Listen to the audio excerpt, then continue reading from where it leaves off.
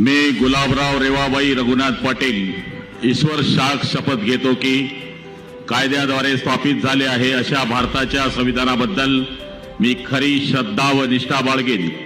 मी भारताची सार्वभौमता व एकात्मता उन्नत राखीन। मी महाराष्ट्र राज्याचा मंत्री म्हणून माझी कामे निष्ठापूर्वक सद्बुद्धीने पार पाडीन आणि संविधान व कायदा यानुसार सर्व तऱ्हेच्या लोकांना मी निर्भयपणे व निष्पक्षपातीपणे तसेच कोणत्याही विषयी ममत्व भाव किंवा आकस न बाळगता न्याय वागणूक देईन।